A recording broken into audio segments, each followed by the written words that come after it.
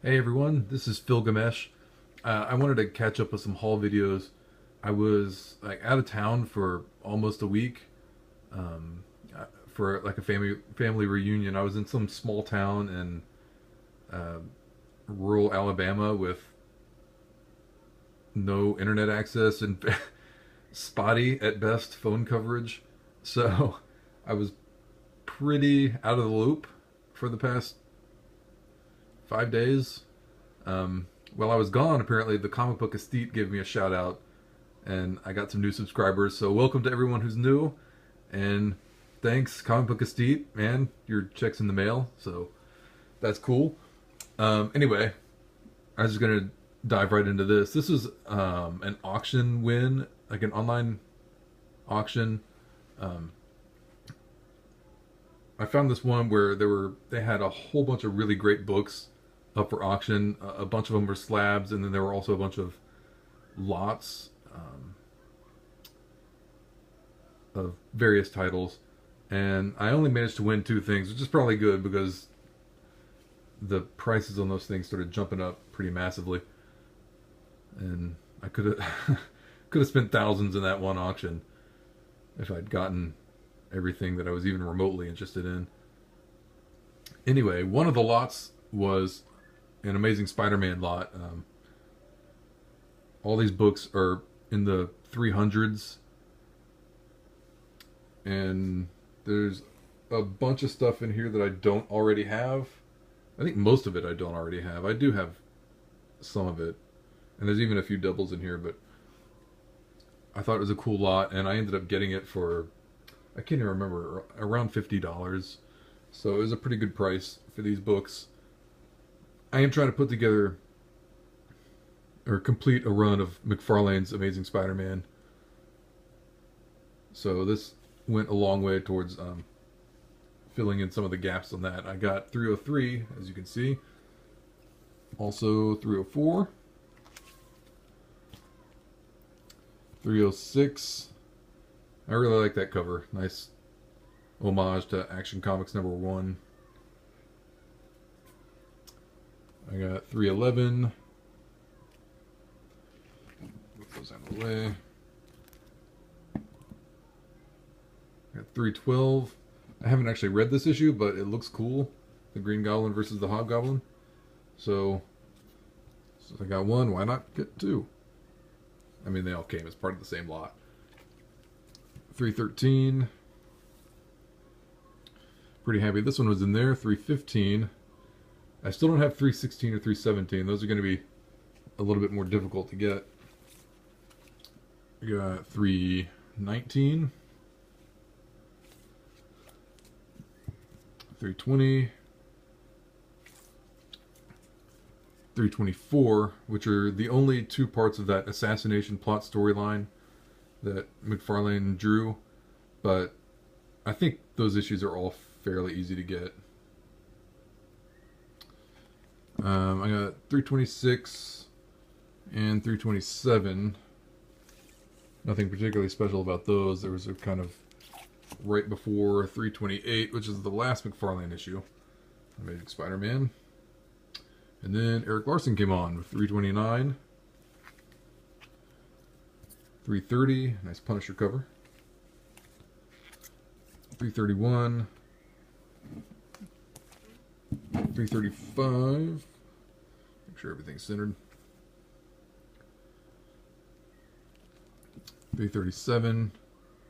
Obviously there are still gaps in here, but it doesn't matter. Most of these, if I want to, finish getting whatever else there was in the Eric Larson run, it shouldn't be too difficult. 338. 339. I just wish we knew Dr. Octopus's motivation. 341. That's kind of a cool cover. I'm not sure if this is a cover swipe from anything else. Yeah, it looks like it might be, but I can't place my finger on it. But it might not be. I don't know.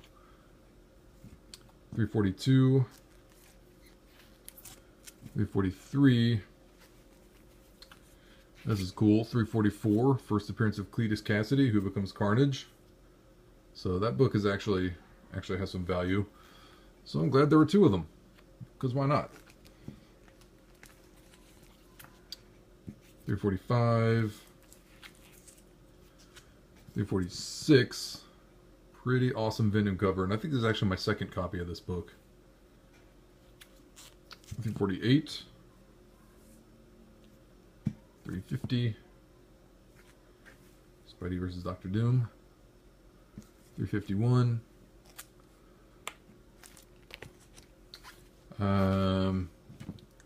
got two copies of 352.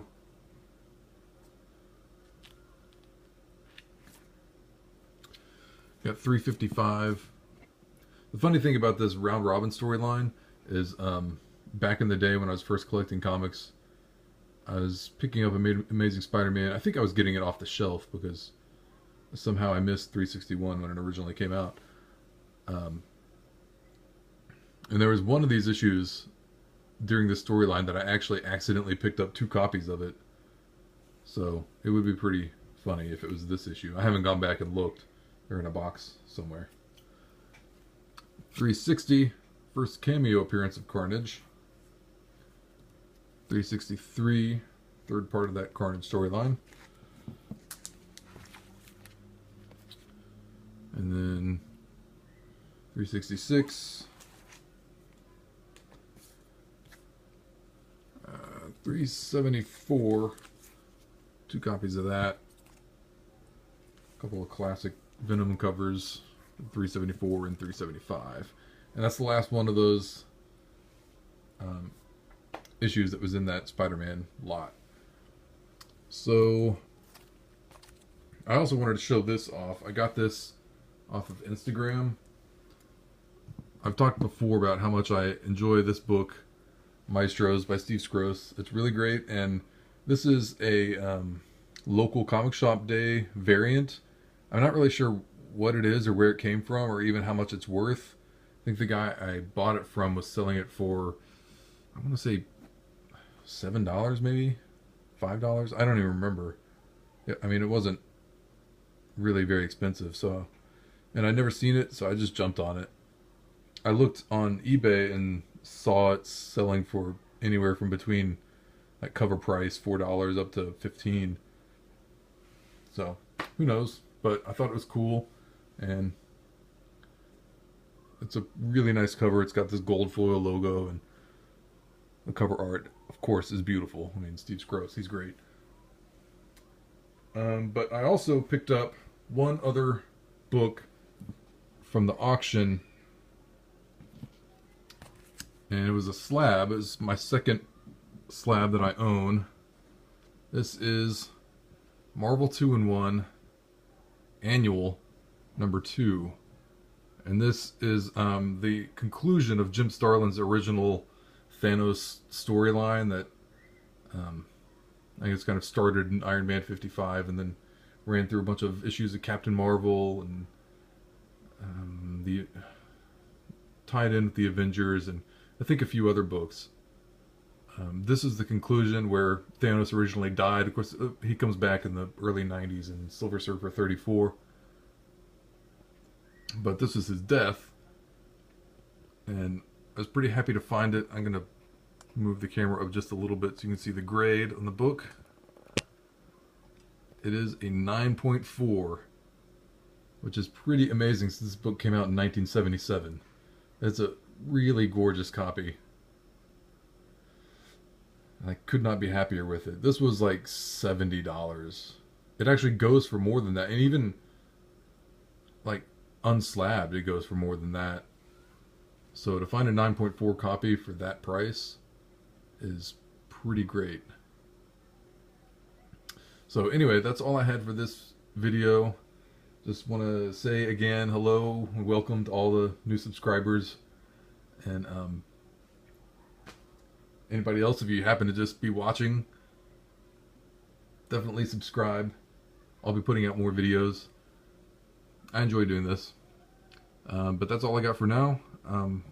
So I'll see you in the next one.